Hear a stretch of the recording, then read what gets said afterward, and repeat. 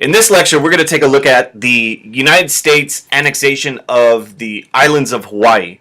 And the first European presence in Hawaii, which you can see on this map circle right there in the middle of the Pacific Ocean, was established by James Cook back in 1778. While the American Revolution is going on, this English explorer, James Cook, establishes European influence in the region. And he actually calls them the Sandwich Islands, which way back in the day I used to think, what, they're just known for amazing sandwiches, but it actually comes from the fact he was naming them in honor of this guy who was the Earl of Sandwich, which was a town over in England.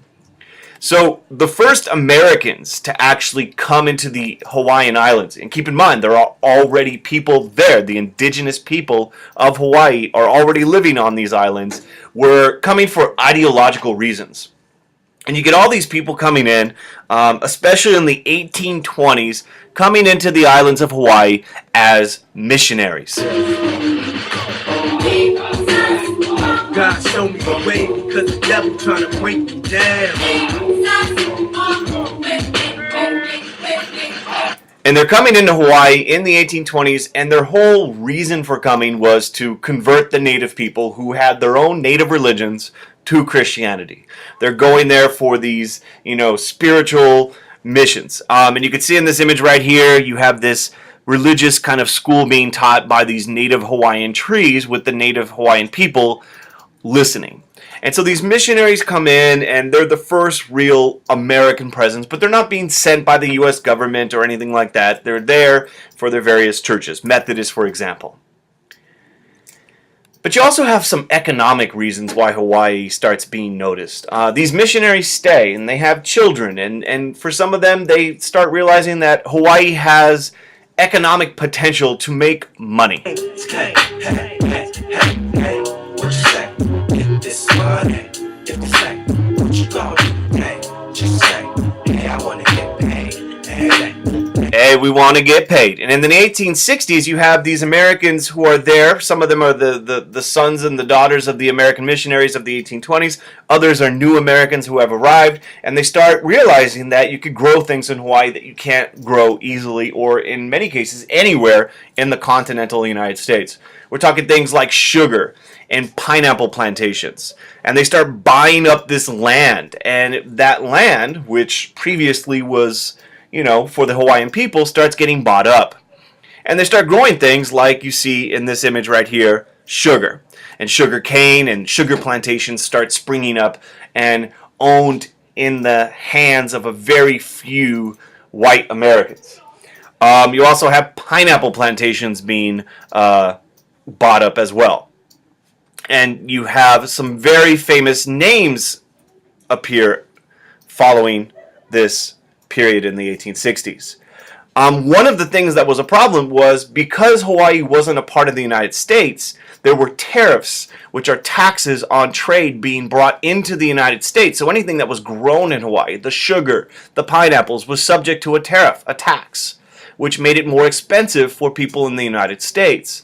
So there began to be this kind of real thought, what if Hawaii was a part of the USA? You would not have to pay the tariff then. So you have people appearing, and one of them is this guy with the awesome beard, Sanford Dole. And Sanford Dole becomes one of the leaders, the American leaders of Hawaii, and he starts doing things to limit the rights of the Hawaiian people, making it difficult for them to vote, making it difficult for them to make decisions within the government. Sanford Dole also happens to be the cousin of this guy, James Dole. James Dole, without the awesome beard, though, becomes the founder of one of the companies that is still around today, Dole Plantations.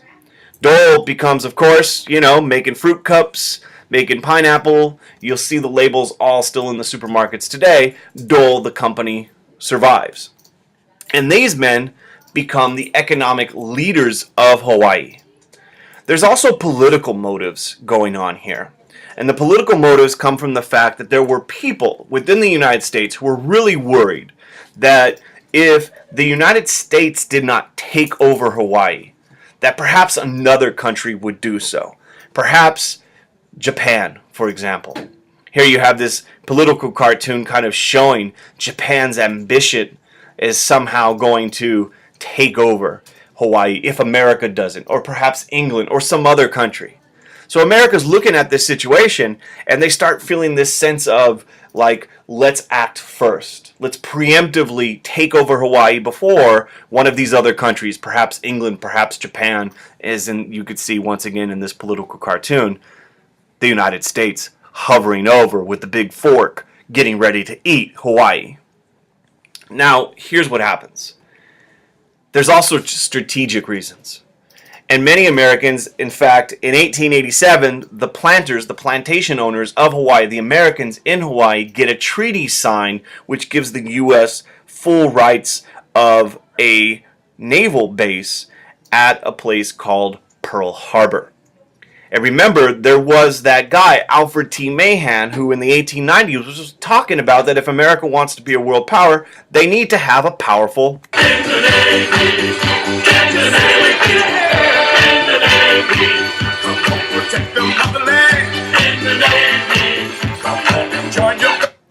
navy. So in 1887, they actually get a treaty that allows the United States to build a naval base at Pearl Harbor. So you have strategic reasons, and if you look again at the map, you can see Hawaii strategically is important. It's a halfway point towards Asia. So a refueling station, supplies, put military bases, trade, all sorts of things. Sky's the limit here. Now there's a problem. And the problem actually is the indigenous people of Hawaii. And they're not a problem in the sense of problems for Hawaii. They're a problem for the U.S. plans for Hawaii. And you get one individual, the Queen at the time, Queen Liliuokalani. Queen Liliuokalani, here she is sitting next to, there's the Queen, there's Sanford Dole. Queen Liliuokalani is really worried about the fact that her island is being exploited by people who are not native to the islands.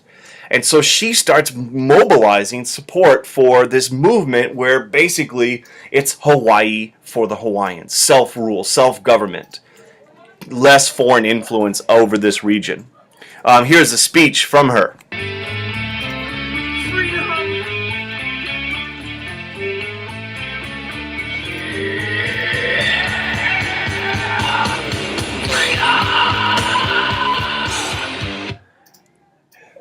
That's not what she said, but that's the sentiment of her writings and her speeches, and it's basically Hawaii for the Hawaiians. So she starts organizing, this movement to try to gain greater authority for the Hawaiian people. Well, U.S. business interests in Hawaii decide they view her as this. They view her as uncivilized. They dehumanize her in the writings and the political cartoons. They blame her government for scandals and corruption. And basically what happens next is one of those things that is probably not one of our better moments in American history. Queen Liliuokalani is overthrown.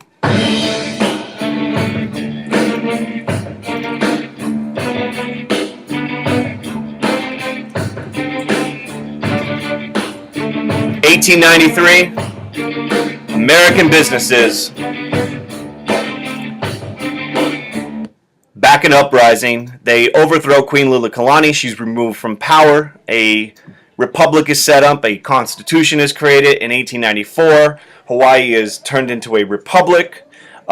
We do not annex it. We do not take it over right away. The president at the time in 1894 is Grover Cleveland. He doesn't want to annex it. He's worried about whether or not this is legitimate, whether or not the Hawaiians actually want it to be annexed. So he doesn't really bring up the issue in terms of before Congress. But in 1898, President McKinley will formally annex Hawaii into U.S. territory. And I'll leave this lecture with a quote by Mark Twain. And he said, "The traders brought labor and fancy diseases. In other words, long, deliberate, infallible destruction. And the missionaries brought the means of grace and got the islanders ready. So the two forces are working together harmoniously, so the islands will be in the hands of the whites." And read more about Hawaii in the book, but that is the end of today's lecture.